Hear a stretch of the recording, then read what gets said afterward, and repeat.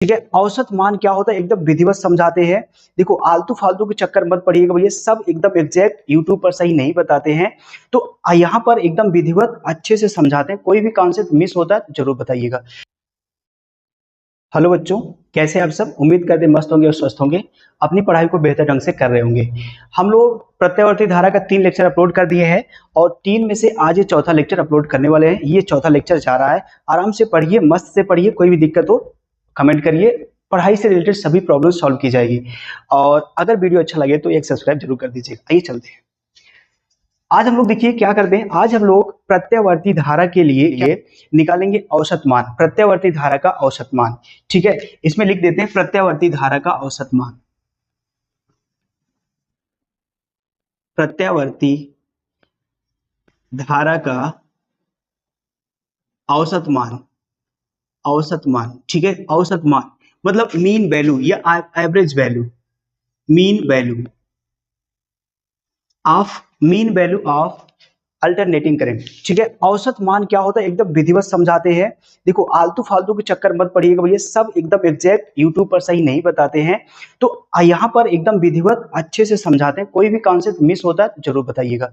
तो यहाँ पर औसत मान निकालते हैं। देखो एक बात मैं आपको यहाँ बता दूं कि जो डिस्ट धारा होती है उसके लिए जो करंट होता है, और उसके बाद जो प्रत्यावर्ती धारा होता है अर्ध चक्र के लिए, दोनों की धाराएं बराबर होती हैं। इसको आप कंफ्यूज मत होइएगा। सबसे पहले हम लोग क्या करेंगे, प्रत्यावर्ती धारा के अर्ध चक्र के लिए निकालेंगे। अर्ध चक्र का बात करें तो यहाँ पर समय होगा 0, यहाँ पर समय होगा कितना, t/2, ये इतना समय हो जाएगा। इसके बाद अगर एक ये चक्र पूरा कब होगा, जब हम लोग ऐसे यहाँ से ये पूरा कर देंगे तो ये चक्र क्या होगा, पूरा हो जाएगा, यहाँ पर समय भी क्या हो जाएगा, टी हो जाएगा। तो सबसे देखो अब एक बात और पता है कि ऊपर जो धारा जाएगी, ऊपर ना, ऊपर जो मैक्सिमम ऊपर होगा वो उतना ही नीचे मैक्सिमम होता है, उतना नीचे क्या होता है, मैक्सिमम होता है। तो ऊपर की जो धारा जाती है, जो बढ़ के धारा जाती है उसको प्लस से डिनोट करते हैं, जो नीचे धारा जाएगी जो कम होके जो कम होती है उसको माइनस से डिनोट करते हैं। तो प्लस और माइनस को जोड़ेंगे तो क्या हो जाएगा, क्योंकि जितना मैक्सिमम होगा उतना ही क्या होगा, उतने नीचे भी मैक्सिमम होगा। तो ये वाला मैक्सिमम, जैसे मान लो यहाँ पर +5 हुआ तो ये नीचे भी क्या होगा, -5 में होगा। बस इन दोनों को जोड़ोगे तो क्या हो जाएगा, ये जुड़ के 0 हो जाएगा। तो एक चक्र के लिए, एक कंप्लीट चक्र के लिए जो प्रत्यावर्ती धारा का मान होता है वो 0 होता है। यहाँ पर हम लोग सिद्ध करेंगे। तो सबसे पहले अर्ध चक्र के लिए निकाल लेते हैं, उसके बाद हम लोग क्या करेंगे, बात करेंगे। तो यहाँ पर मैं लिख दे रहा हूं प्रत्यावर्ती धारा के, प्रत्यावर्ती धारा के अर्ध चक्र के लिए, अर्ध चक्र के लिए प्रत्यावर्ती धारा के अर्ध चक्र के लिए क्या होता है, दिष्ट धारा,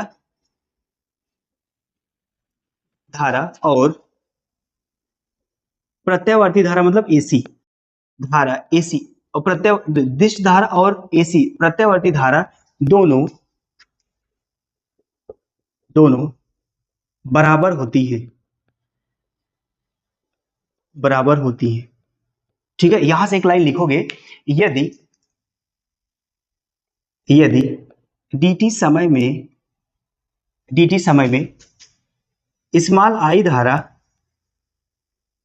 प्रवाहित प्रवाहित हो रही है तो, हो रही तो, ये ध्यान से देखिएगा। अगर dt से बहुत कम समय है, अगर बहुत कम समय है तो धारा भी कितना होगी, अगर बहुत कम समय है तो आवेश भी कितना होगा। जैसे मान लीजिए यहाँ पर आवेश क्या होगा, बहुत कम जाएगा। आप जानते हो dq बराबर क्या होता है, या q बराबर क्या होता है, q बराबर क्या होता है, it होता है, ये जानते हो। मैंने कहा समय बहुत कम है, समय अति सूक्ष्म है, तो आप ये dt लगाओगे। अगर समय बहुत कम है तो आवेश भी क्या होगा, बहुत कम होगा, ये हमेशा आप ध्यान रखिएगा। तो अगर dt समय में I धारा प्रवाहित हो रही है तो क्या होगा, तो dq बराबर हो जाएगा, dq बराबर होगा स्मॉल I dt, ऐसा हो जाएगा। ठीक है, अब हम लोग क्या करते हैं, अब धारा का, धारा मतलब प्रत्यावर्ती धारा का औसत मान, औसत मान अर्ध चक्र के लिए बात हो रही है। अब धारा का क्या निकालेंगे, औसत मान निकालेंगे। तो औसत मान निकालेंगे, धारा का औसत मान निकालना है। इसको लिखेंगे कैसे,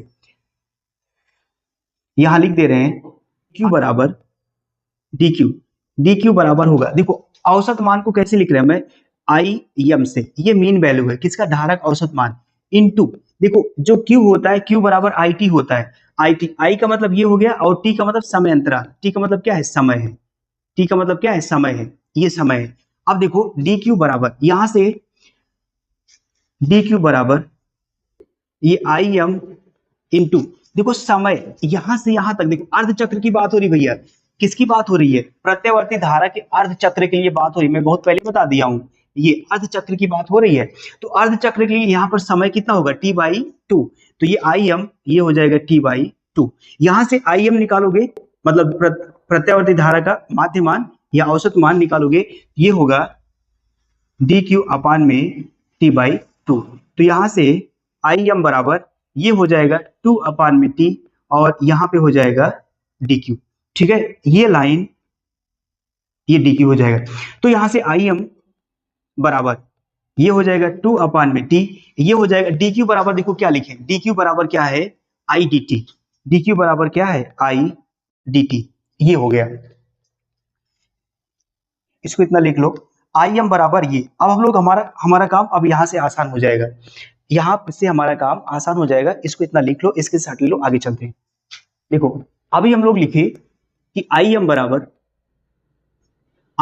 क्या लिखे हैं, ये टू बाई टी और क्या लिखे हैं, I D T, two by T I D T, ध्यान दीजिएगा ये बात हो रही है अर्ध चक्र की, यहां से ये जीरो, ये कितना है टी बाई टू, तो अर्ध चक्र के लिए ये मीन वैल्यू आ गई, ये एवरेज वैल्यू आ गई two by T I D T. अब क्या करेंगे हम लोग, पूरा निकालेंगे, ये क्या करेंगे, पूरी धारा निकालेंगे, तो पूरी धारा निकालने के लिए क्या करेंगे, आई एम बराबर two by T integration I D T.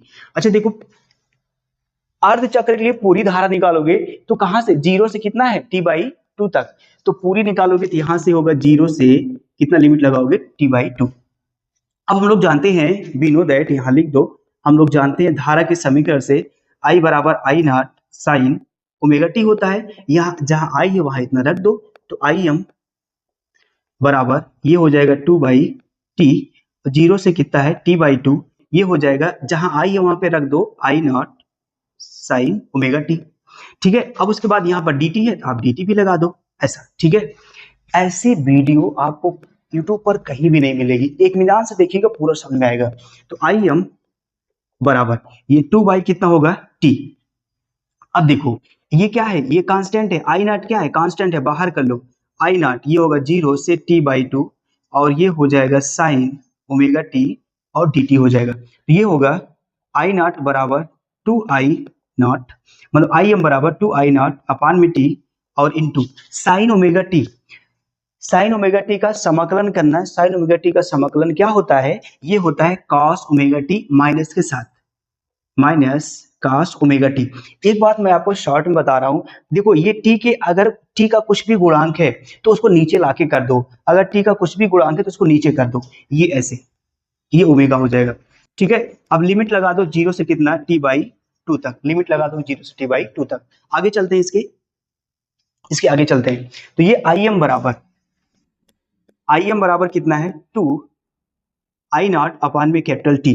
अब ये माइनस को बाहर कर लो, ये माइनस बाहर हो जाएगा, लिमिट रखना है, माइनस को बाहर कर लो और ओमेगा को भी बाहर कर लो, ये क्योंकि जो लिमिट रखी जाती है ना, जहां पर जिसके सापेक्ष समाकलन करते हैं वहीं पर लिमिट रखी जाती है, तो सबसे पहले अपर लिमिट टी के स्थान पे और उसके बाद लोअर लिमिट रख देंगे, तो टी के स्थान पे सबसे पहले टी बाई टू रखेंगे, उसके बाद जीरो रखेंगे। तो चलो अब लिमिट रखने वाला काम करते हैं, तो यहां पर रख देंगे कॉस ओमेगा, टी के स्थान पे क्या रखेंगे टी बाई टू और माइनस लगा देंगे, माइनस कॉस ओमेगा, अब जहां टी वहां जीरो रख देंगे, ये हो गया ऐसा, ठीक है। ये अब आइए देखते हैं, अब हम लोग क्या कर सकते हैं, एक फॉर्मूला में बता दे रहा हूं, ठीक है, यहां से याद रखिएगा। हम लोग जानते हैं टी बराबर होता है टू पाई अपान में ओमेगा, तो यहां से ओमेगा बराबर क्या होगा टू पाई अपान में कैपिटल टी, ये ध्यान देने वाली बात है, ठीक है।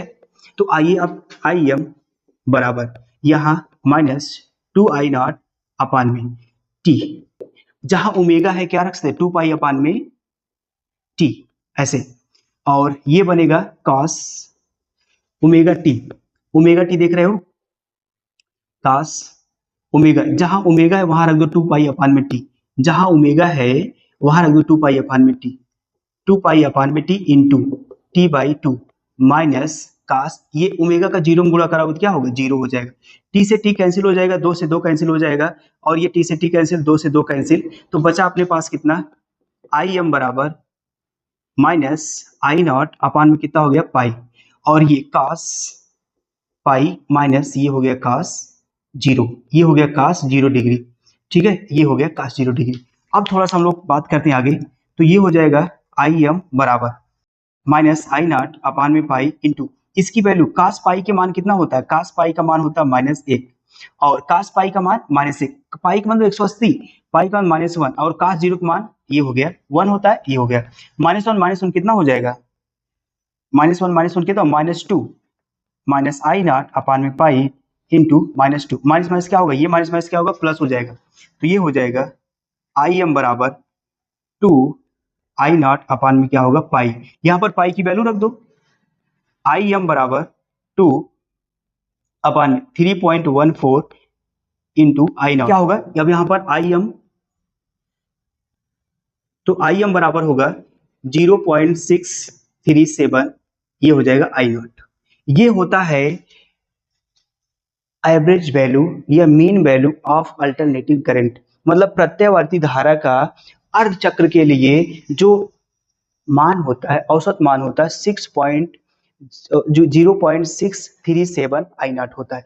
ये तो है क्या, ये यहां पर देख लो एक थोड़ा सा, ये है इसके लिए अर्ध चक्र के लिए, अर्ध चक्र के लिए कितना है 0.637, और ऐसे जब नीचे अर्ध चक्र कंप्लीट करोगे तो हो जाएगा -637, तो यहाँ पर ये वाला प्लस ये वाला माइनस, तो पूर्ण चक्र के लिए क्या हो जाएगा, पूर्ण चक्र के लिए क्या हो जाएगा 0। तो यहाँ से आप लिख दोगे सर कि ये अर्ध चक्र के लिए जो प्रत्यावर्ती धारा का मान होता है, औसत मान वो होता है 0.637 आई नॉट होता है, और इसी तरह दूसरे अर्ध चक्र के लिए जो मान होता है वो होगा -0.637 आई नॉट होता है।